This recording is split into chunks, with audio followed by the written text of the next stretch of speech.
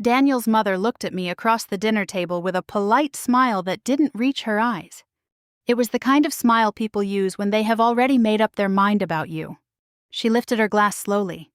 Studying me the way someone studies a resume, they've already decided to reject. So, she said carefully, Daniel tells me you're in the Navy. I nodded once. Yes, ma'am. I've been serving about 10 years. Her eyebrows lifted just slightly. Oh, she said, not impressed. Not curious. Just dismissive.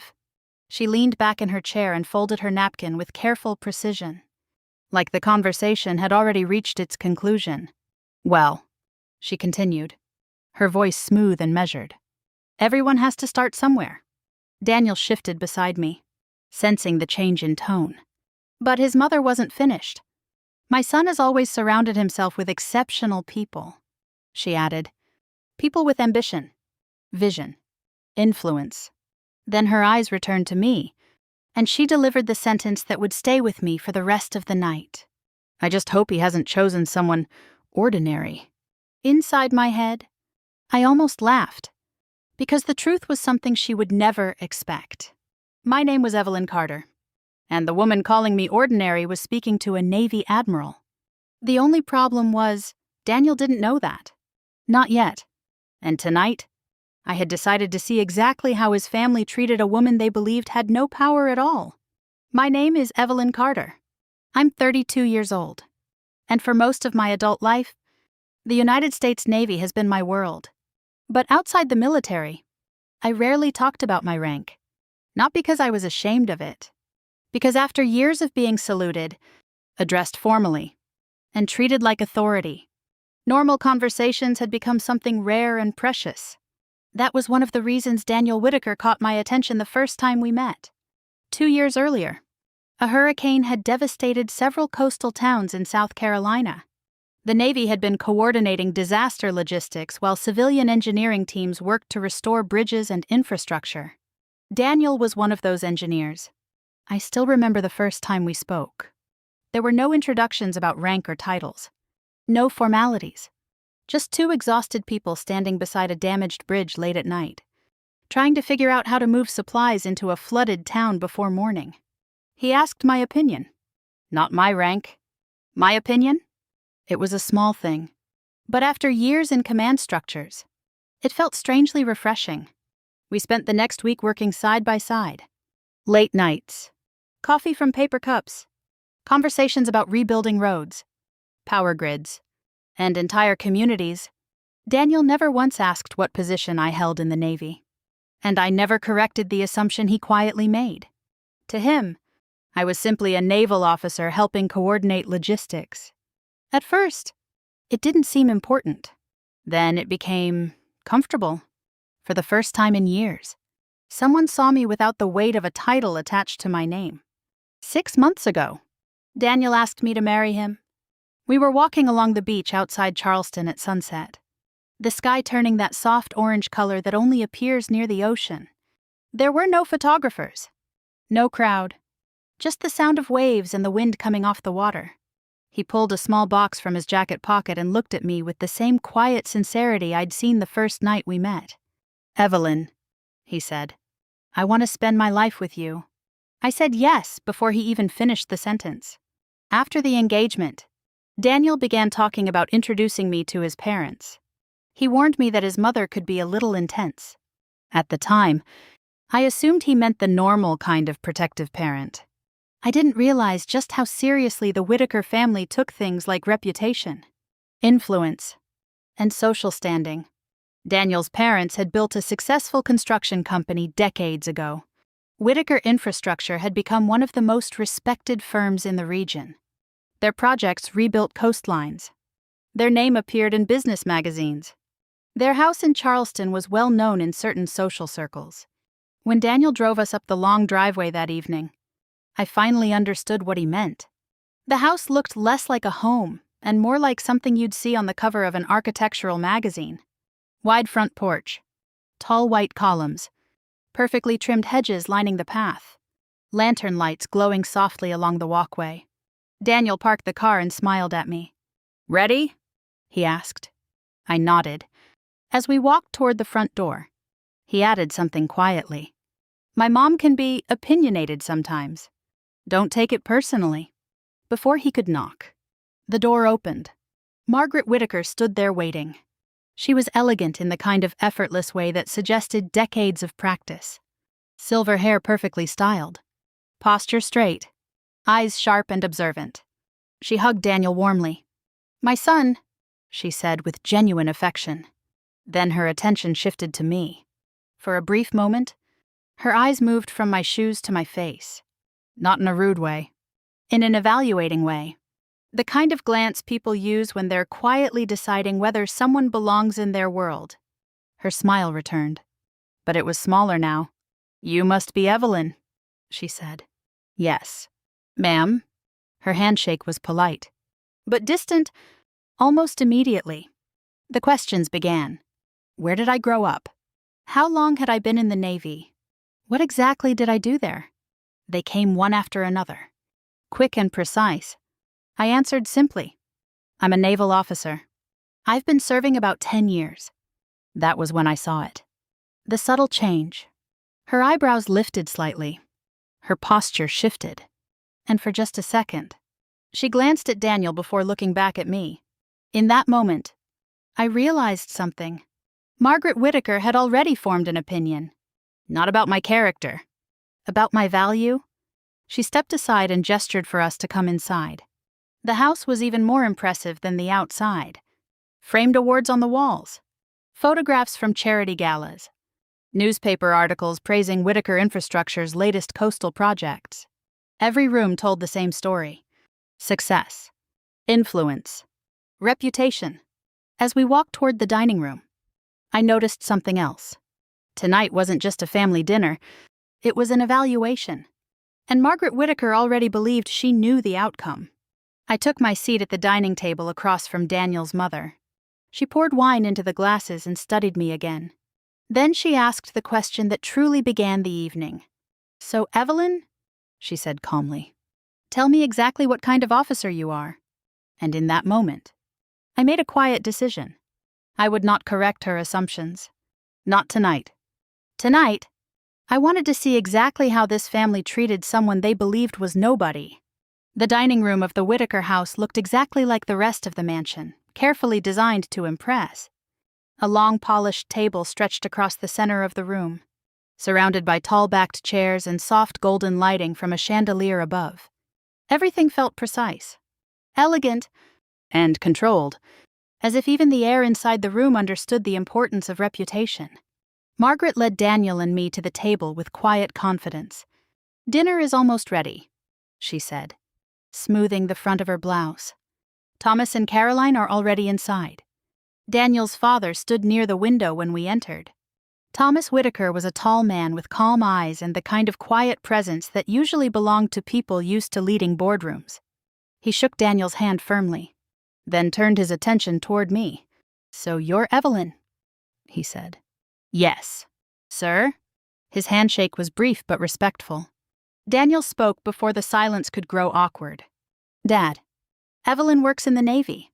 She's been involved in a lot of the logistics work during disaster recovery." Thomas nodded once. "That must keep you busy." "It does," I said. He didn't ask any follow-up questions. Not about my role, my responsibilities, or my rank. Just a polite nod, as if the information had already been categorized somewhere in his mind. Then Daniel's sister entered the room. Caroline Whittaker looked to be in her early 30s, dressed sharply and carrying herself with easy confidence. She studied me for a moment with bright, curious eyes before smiling. "So you're the mysterious fiancé?" she said. Daniel rolled his eyes. "I'm not mysterious," I replied with a small smile. "Oh, we'll see," Caroline said playfully. Everyone took their seats as the house staff brought in the first dishes. For the first few minutes, the conversation stayed focused on Daniel. Thomas asked about the latest infrastructure project his company had taken on near the coast. Daniel explained how they were rebuilding a damaged harbor and reinforcing several bridges against future hurricanes. Margaret listened with visible pride. My name didn't come up again until the main course was served. Then Margaret turned toward me once more. "So, Evelyn," she said, lifting her glass of wine, "tell me more about your work in the Navy." Her tone was polite, but it carried the same careful curiosity I had noticed earlier. "I've been serving about 10 years, I said, mostly in operational coordination and leadership roles. Margaret tilted her head slightly. "Operational coordination," she repeated. "Yes." Caroline leaned forward with interest. "Does that mean you're deployed a lot?" she asked. "Sometimes," I said. "It depends on the assignment." Margaret placed her glass down slowly. "That must make life difficult," she said. "Constant moves. Unpredictable schedules. It can," I admitted. Caroline added casually, "I imagine it's not the most stable career path if someone wants to settle down." Daniel shifted slightly beside me. "It's actually a pretty impressive career," he said. But Margaret only smiled faintly. "I'm sure it's meaningful work," she replied. Her words sounded supportive, but the tone suggested something else. Then she asked another question. "And what exactly is the highest position someone in your role could reach?" The wording caught my attention. "Someone in your role," I answered calmly. "There are several leadership paths in the Navy." Margaret seemed unsatisfied with the vague response. Caroline, however, looked amused. "So, what kind of salary does someone like you earn?" she asked with a light laugh. Daniel immediately shook his head. "Caroline?" "Oh, relax," she said, waving her hand. "I'm just curious." Margaret didn't correct her. Instead, she said thoughtfully, "Financial stability is important in marriage." The room grew quieter. I took a sip of water and kept my voice steady. "The Navy takes care of its officers." Caroline nodded slowly. "But Charleston is expensive," she said, "especially if someone plans to stay here long term." Daniel cleared his throat. "We haven't even talked about where we're going to live yet." Margaret ignored that comment completely. Instead, she turned to Daniel. "You remember Claire?" "Don't you?" she said. Daniel sighed quietly. "Mom?" Caroline grinned. "Claire was amazing," she said. "Corporate attorney in New York. Brilliant." Margaret nodded approvingly. She had a very impressive career. The implication didn't need explanation. No one at the table spoke for a moment. Daniel looked uncomfortable. I remained calm. Years in the Navy had taught me how to sit through far more intense conversations than this. Still, something about the exchange revealed more than Margaret probably intended. This wasn't just curiosity. This was evaluation. Margaret set her fork down gently. "Daniel has always had remarkable opportunities," she said. "The best schools. A thriving career. A very promising future." Her eyes moved toward me again. "As a mother, I simply want to make sure he continues building that kind of life." Carolyn watched me closely, waiting to see how I would react. I simply nodded. "That makes sense," I said. Margaret seemed slightly surprised by my calm answer. For a few moments, the conversation drifted toward other topics. Then Thomas spoke again. "There's a Navy charity gala next month," he said casually. "Right here in Charleston." Margaret's interest returned instantly. "Oh, yes," she said. "You mentioned that earlier." Thomas nodded. "Our company received an invitation through one of the defense contractors we work with." Caroline leaned forward. "High-ranking officers will be there?" "Right." Thomas picked up a printed document from the side table. "The guest list came this afternoon." Margaret's eyes lit up. She leaned closer as Thomas unfolded the paper. "Let's see who's attending," she said eagerly. Daniel glanced at me with a relaxed smile. "You might recognize some of the names," he said. I looked at the paper briefly. Then I leaned back in my chair, because I already knew exactly which name appeared near the top of that list. And very soon, someone at this table was going to read it out loud. Thomas unfolded the printed guest list slowly and placed it in the center of the table.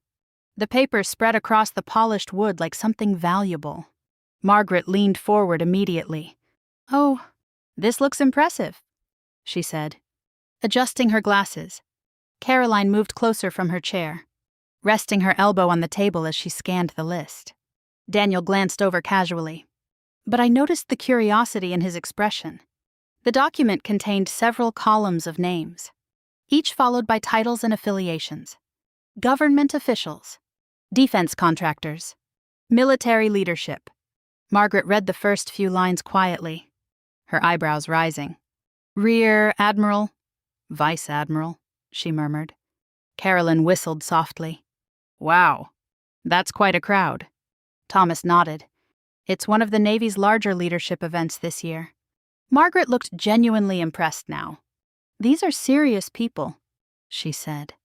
Events like this are where real influence happens. Caroline laughed lightly. Daniel, you better make sure you meet the right people. Daniel smiled awkwardly. I'm pretty sure everyone there will be more important than me. Margaret shook her head. Nonsense. Opportunities like this are exactly how careers expand. Her finger continued moving down the list. For a moment, the earlier tension of the dinner seemed to fade. The conversation had shifted completely toward power, influence, and status. I watched quietly from my seat. Margaret suddenly looked up at me again. So, Evelyn, she said, have you ever attended anything like this before?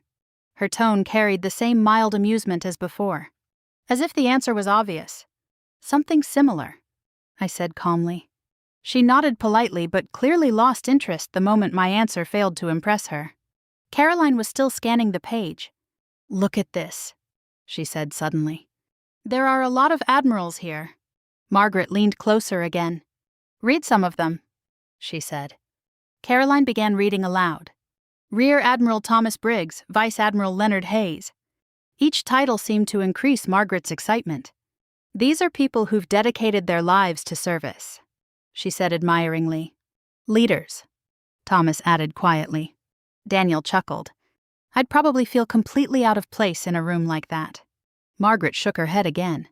People who reach ranks like that command respect the moment they walk into a room. She said it with a tone of admiration I had not heard from her earlier that evening. Caroline continued moving down the page. Then she stopped. Oh, wow, she said. What? Margaret asked. There's a section here for the leadership of the event. Thomas leaned forward and adjusted the paper. Let me see that. He slid the list closer and began reading more carefully. The room grew quiet again as he reached the heading. Commanding Officer, Event Leadership. Thomas paused briefly before reading the line below. Commanding Admiral for the Charleston Naval Leadership Gala. His voice slowed as he read the name. Admiral Evelyn Carter. For a brief moment, the room stayed completely silent. Then Caroline laughed. That's funny. She glanced at me. Evelyn. That's your name too. Her tone was playful, almost teasing. Margaret barely reacted. Well, Evelyn is a fairly common name, she said dismissively.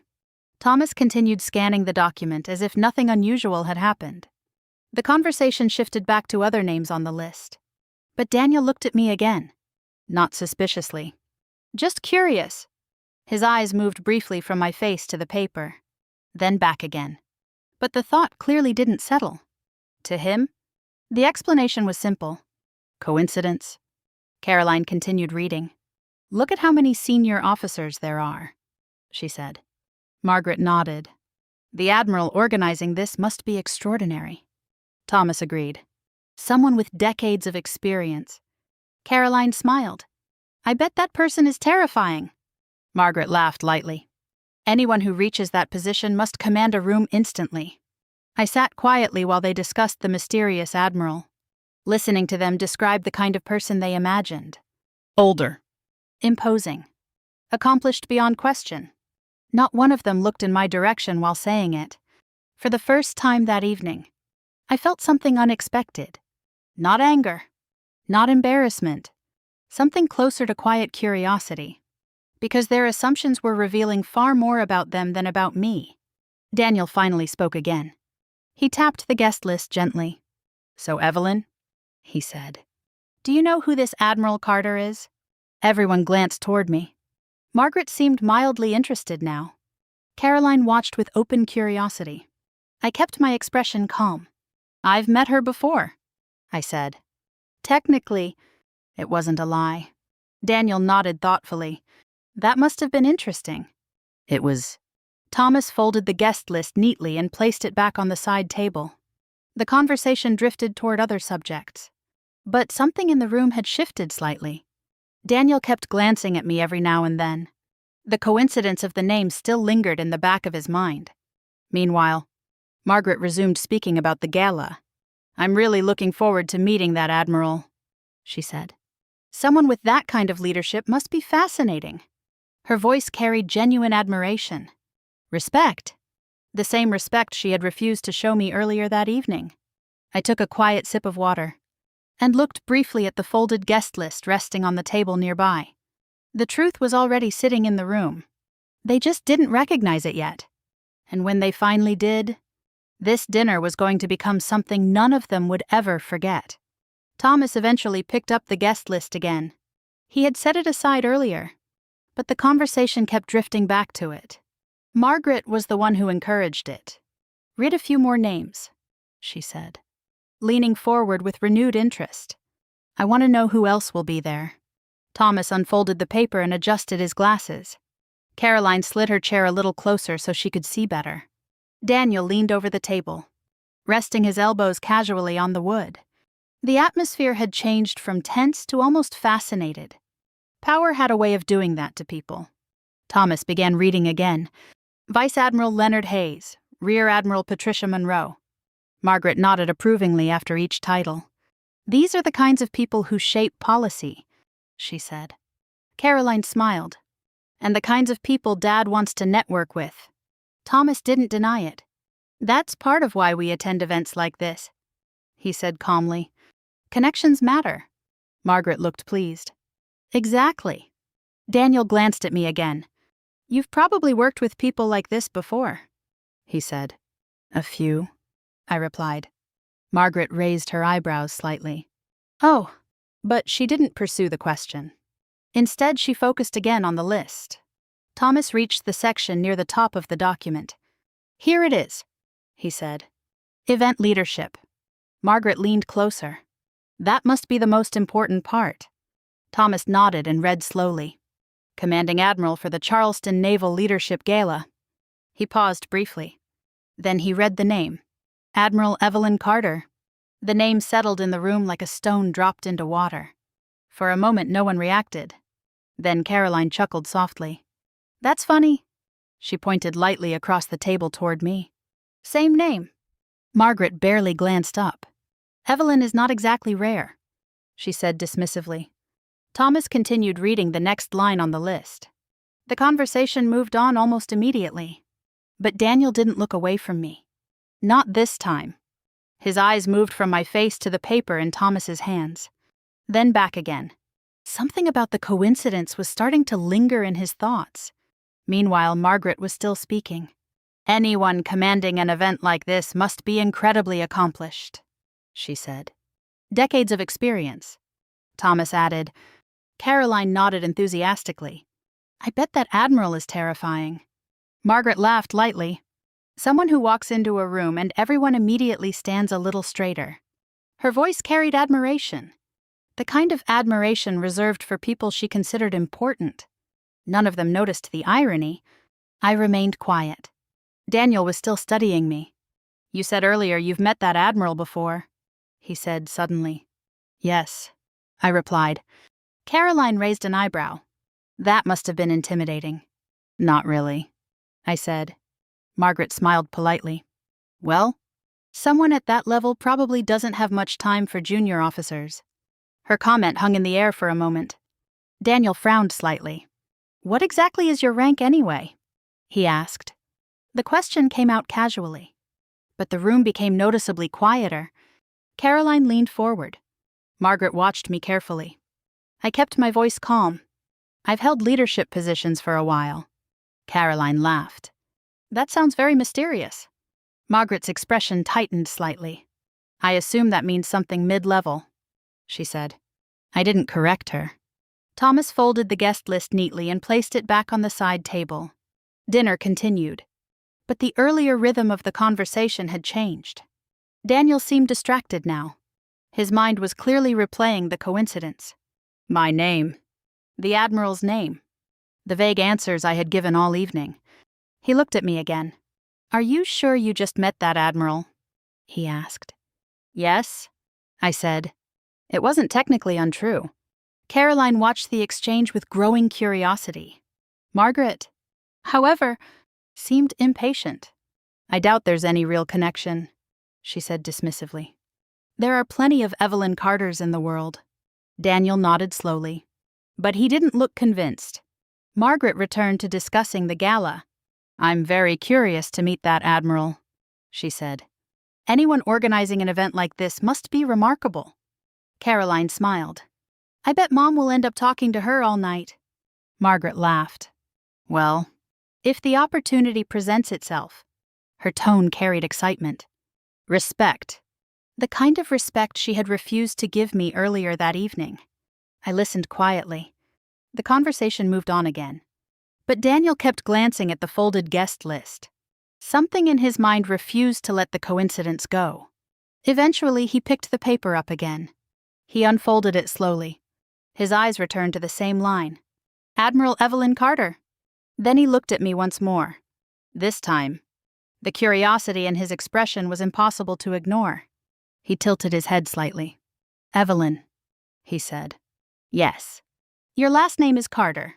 I nodded. Yes. He looked back at the paper. Then at me again? For the first time that evening, uncertainty appeared in his eyes, and the room grew very quiet. Daniel was still staring at the guest list. The paper rested in his hands, but his eyes kept moving between the printed name and my face. Admiral Evelyn Carter. Then me. Evelyn Carter. The coincidence was starting to feel less simple to him. Caroline noticed the tension immediately. What is it? She asked, leaning forward. Daniel didn't answer right away.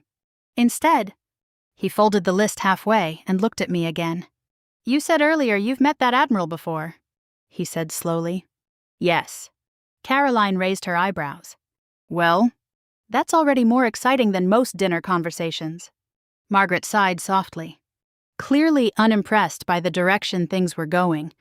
I'm sure it's just a coincidence, she said calmly. There must be dozens of people with that name. Daniel nodded, but the uncertainty in his expression remained. Thomas, who had been quiet for most of the evening, watched the exchange carefully. He reached out and took the guest list from Daniel's hands. Let me see that again, he said. He studied the page for a moment, reading the line quietly to himself. Then he placed the paper back on the table. Meanwhile, Margaret had returned to the topic that interested her most. The Admiral organizing this event must be extremely accomplished, she said. Someone with decades of service. Caroline nodded enthusiastically. Probably intimidating, too. Margaret smiled. People who reach that rank command respect the moment they walk into a room. Her voice carried admiration. Respect. The same respect she had refused to show me earlier that evening. I took a sip of water and said nothing. Margaret's attention drifted back toward me again. So, Evelyn, she said, how long did you say you've been in the Navy? About 10 years. And you're planning to stay in the military long term? Yes. Margaret nodded thoughtfully. That must be difficult when planning a future. Her eyes moved briefly toward Daniel. Marriage requires stability, Caroline added casually. Especially if someone plans to stay in Charleston. Daniel shifted uncomfortably. We haven't even decided where we're going to live yet, he said. Margaret ignored the comment. Instead, she looked directly at me. A career like Daniel's offers many opportunities, she said. Leadership, influence, long-term security. Her tone remained polite, but the implication behind her words was clear. She believed Daniel's future required someone who could match his world. Caroline watched the conversation with open curiosity. And what exactly is your rank? She asked suddenly. The question hung in the air. Daniel looked at me again. For the first time that evening, it seemed like he genuinely wanted to know. I answered carefully. I've been in leadership positions for several years. Caroline laughed. That still sounds mysterious. Margaret leaned back slightly. I imagine that means something mid-level. she said calmly. Most officers never reach the very top. I didn't respond. Margaret placed her napkin beside her plate. I'm sure the Navy has been a valuable experience for you, she continued. Then she paused briefly. But Daniel has always been surrounded by remarkable people. Her eyes met mine. People with exceptional careers. Caroline glanced between us. Daniel looked increasingly uncomfortable. Margaret continued speaking, her voice steady. As a mother, I simply want to make sure he builds a life with someone who truly fits into that world. The meaning of her words was unmistakable. Caroline waited to see how I would react. Daniel opened his mouth slightly as if he wanted to interrupt. But Margaret spoke again before he could. I just hope he hasn't settled for someone ordinary. The word landed softly, but the silence that followed made it feel heavy. Caroline looked fascinated. Thomas remained calm, watching everyone carefully. Daniel lowered his eyes briefly. Inside my mind, the moment became very clear. This dinner had never been about welcoming me. It had been about measuring me. And according to Margaret Whittaker's standards, I had already failed. For a brief moment, I considered revealing the truth. One sentence would end the entire conversation. One sentence would change the room instantly. But I stopped myself. Because if I said it now, the moment would disappear too quickly. Instead, I simply said calmly, I understand that families want the best for the people they love. Margaret seemed slightly surprised by the response. She had expected defensiveness or anger. Instead, she received composure. Thomas cleared his throat gently, redirecting the conversation. That Navy gala next month should be interesting, he said. Margaret's attention immediately returned to the topic. Oh, yes, she said eagerly. She leaned forward again. I'm very curious to meet the Admiral organizing the event. Caroline smiled. I bet that person is incredibly intimidating. Margaret nodded. Someone who commands respect without even trying. Daniel glanced once more at the guest list resting on the table. Then he looked back at me. You said you've met that Admiral before, he said. Yes. What was she like? I held his gaze for a moment. Direct, I said. Daniel nodded slowly. Meanwhile, Margaret continued speaking enthusiastically. I would love to meet someone like that, she said. People who reach the top like that deserve admiration. I watched her quietly as she spoke, because the person she was describing so respectfully had been sitting across from her the entire evening, and she still had no idea. Not yet. Daniel picked up the guest list again. The paper made a soft sound as it unfolded across the table. He stared at the same line he had read earlier. Admiral Evelyn Carter. Then he looked up at me again. His expression had changed. Not confused anymore. Curious. Evelyn, he said slowly. Can I ask you something? Of course. He glanced down at the paper once more. You said you've met this Admiral before. Yes. Caroline leaned forward in her chair. Margaret looked mildly impatient. Daniel continued. And you've been in the Navy for about 10 years? Yes. He paused. What rank did you say you were again? The room grew quiet. Caroline looked interested now. Margaret watched me with a faint smile that suggested she already knew the answer. I kept my voice calm. I've been in senior leadership for a while. Daniel nodded slowly, thinking. Then he looked back at the guest list. Admiral Evelyn Carter. Then back at me. Your name is Evelyn Carter, he said. Yes. Caroline blinked. Oh. Margaret frowned slightly. What exactly are you getting at? She asked. Daniel didn't answer her right away. His attention was still fixed on me. You've been avoiding that question all night, he said. What question? What rank you actually are? Caroline leaned even closer. Margaret folded her arms. Well, she said. I set my glass down on the table. For the first time that evening, I decided not to avoid the answer. I'm a Navy Admiral, I said calmly. The words landed softly, but the reaction was immediate. Caroline's eyes widened. Daniel stared at me in disbelief. Margaret looked confused, as if she had misheard the sentence. For a moment, no one spoke. Then Daniel laughed once. A short, uncertain sound. Wait, seriously? I nodded. Yes. Thomas reached for the guest list again. He studied the line carefully. Admiral Evelyn Carter. Then he looked at me. Then back at the paper. The change in his expression was subtle but clear. Recognition, Caroline whispered under her breath. Oh my God. Daniel was still staring at me. You're the Admiral organizing the gala? He asked. Yes. The silence returned. This time it felt heavier. Margaret looked from me to Daniel and back again. That can't be right, she said quietly. Thomas spoke before anyone else could. The guest list says the commanding admiral for the event is Evelyn Carter. He looked directly at me. Are you the commanding officer for that event? Yes, I said again.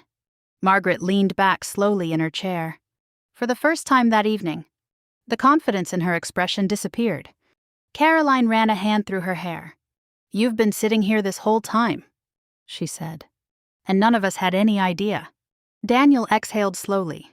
You're serious, he said. Yes. Thomas nodded once.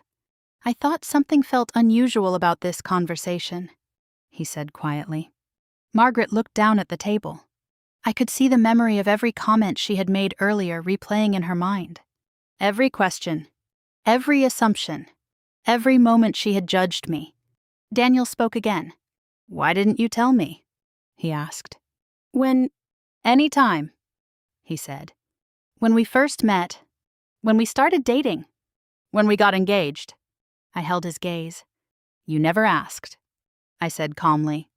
The room grew quiet again. Daniel thought about that for a moment.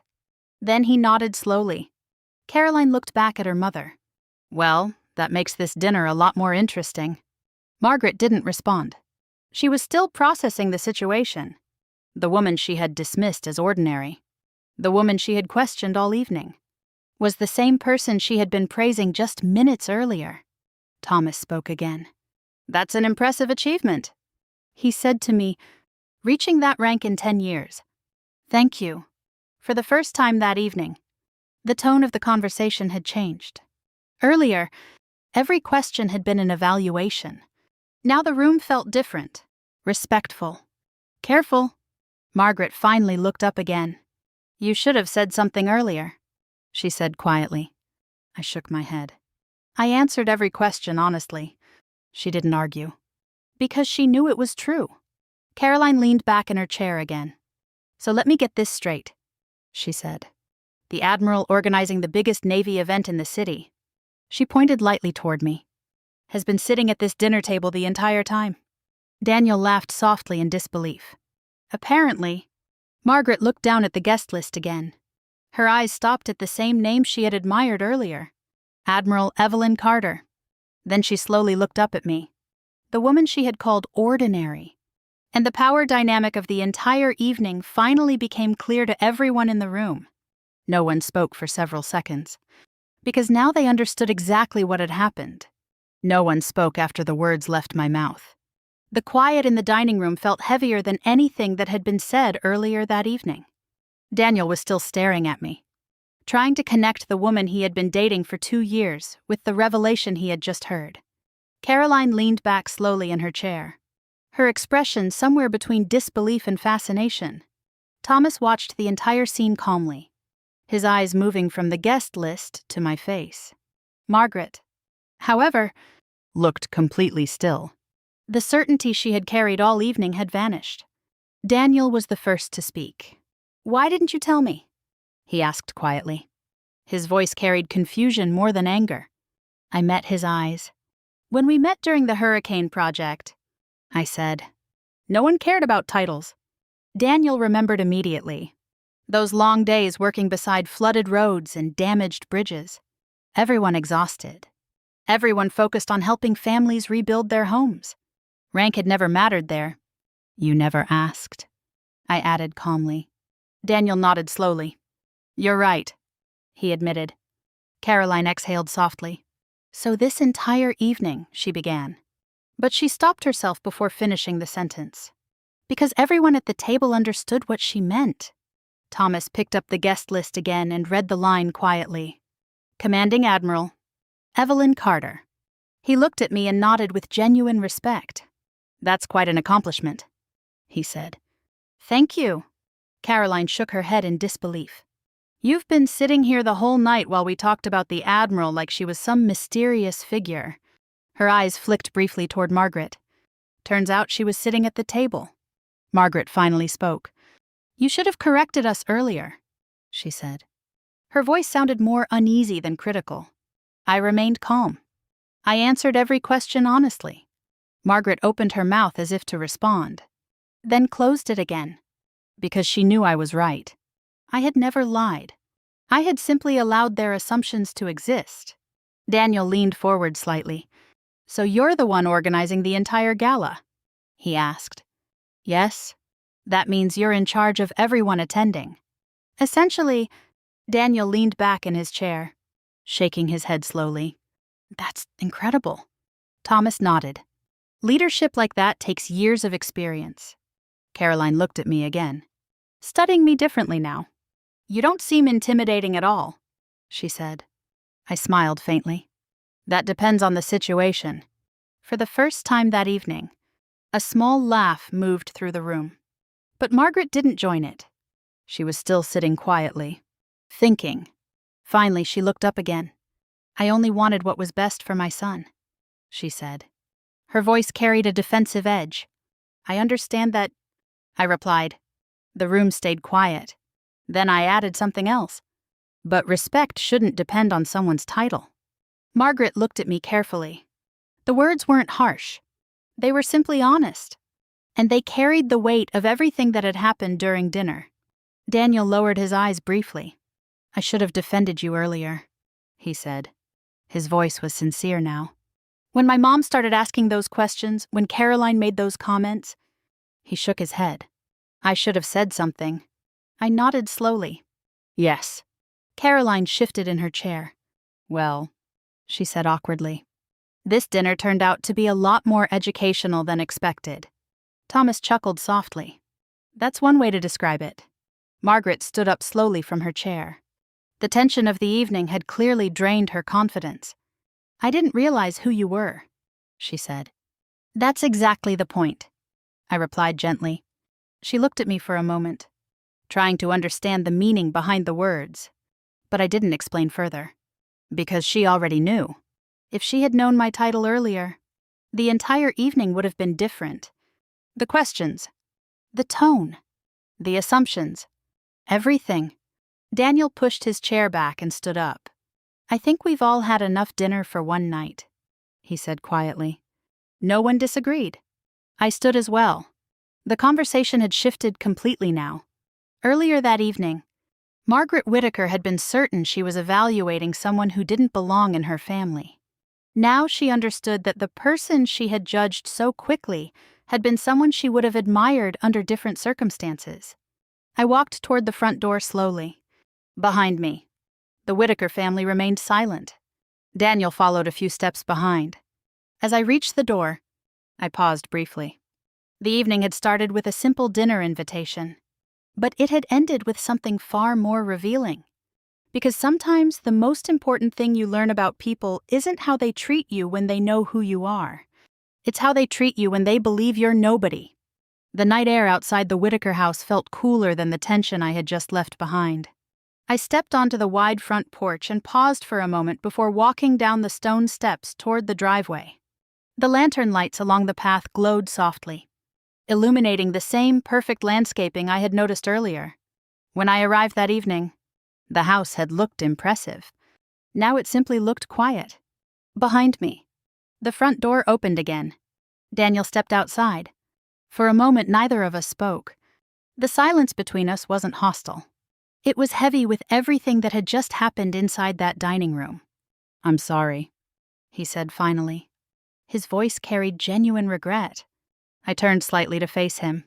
For what? I asked. For not stopping that conversation earlier, he said. For not defending you when my mom started questioning your career. He looked down briefly. When Caroline asked about your salary, when my mom started talking about stability, he shook his head. I should have said something. I studied his expression. Daniel wasn't pretending. The guilt in his voice was real, but honesty sometimes arrives a little too late. I've dealt with worse conversations than that, I said calmly. In the Navy, people question you all the time. Your decisions, your leadership, your authority. Daniel nodded slowly. But this was different, he said. Yes, I agreed. He looked at me again. What hurt you the most? He asked. I took a moment before answering. It wasn't what your mother said. Daniel frowned slightly. It was the silence. I continued. The moment when someone who cares about you hears something unfair and chooses not to say anything. Daniel lowered his eyes again. He understood exactly what I meant. I didn't want to create a conflict with my family. He admitted. I know, I said. We stood quietly for a moment. The distant sound of traffic moved somewhere far beyond the neighborhood. Finally, Daniel spoke again. Why didn't you tell me? He asked. His voice carried the same question he had asked earlier at the table. About being an admiral. I leaned lightly against the railing of the porch. When we first met, I said, you didn't see me as a rank. Daniel listened carefully. You saw me as someone standing beside you on a damaged bridge at 2 a.m, trying to figure out how to get trucks through a flooded road. He smiled faintly. Remembering, those were long nights, he said. Yes. And during those nights, I continued. No one cared about titles. Everyone was just trying to help people rebuild their homes. Daniel nodded slowly. So I didn't correct the assumption, I said. Because for the first time in years, someone was talking to me without seeing the uniform first. Daniel leaned against the railing beside me. I never thought about it that way, he admitted. That's the thing about assumptions, I said quietly. They usually reveal more about the person making them. Daniel glanced back toward the house. My mom thinks status matters, he said. Yes? She built her whole life around reputation, he added. I noticed. Daniel let out a small breath. I don't think she meant to insult you. I know, I said. But intentions don't erase behavior. The porch light cast long shadows across the driveway. Daniel finally asked the question that had been lingering between us. So, what happens now? It was a fair question. Engagements aren't just about love. They're about 2 lives connecting, 2 families colliding. And tonight had revealed something important about both. I don't know yet. I answered honestly. Daniel didn't push further. He simply nodded. I guess we both learned something tonight, he said. Yes, I agreed. I walked down the rest of the steps toward my car. Before opening the door, I turned back toward the house one last time.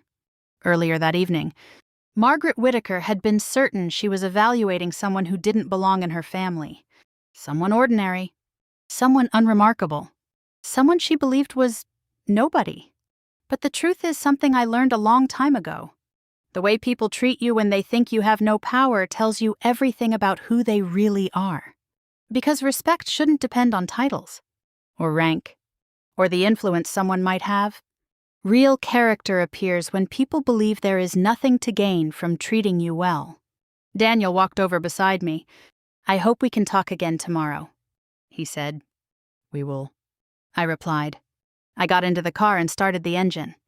As I drove away, the Whitaker house slowly disappeared in the rearview mirror. The evening had started with a simple dinner invitation, but it had ended with a truth that none of us would forget. Sometimes revenge isn't loud. Sometimes it's simply letting people reveal themselves, and letting the truth arrive when they least expect it. Now I'm curious about something. If you had been sitting at that dinner table, would you have revealed the truth the moment Margaret called you ordinary? Or would you have waited, just like I did? Let me know what you would have done. And if you enjoy stories about family drama, hidden truths, and moments when the tables suddenly turn, make sure you stay with the channel and subscribe. Because sometimes the most powerful stories are the ones that remind us exactly who we are, when everyone else thinks we're nobody.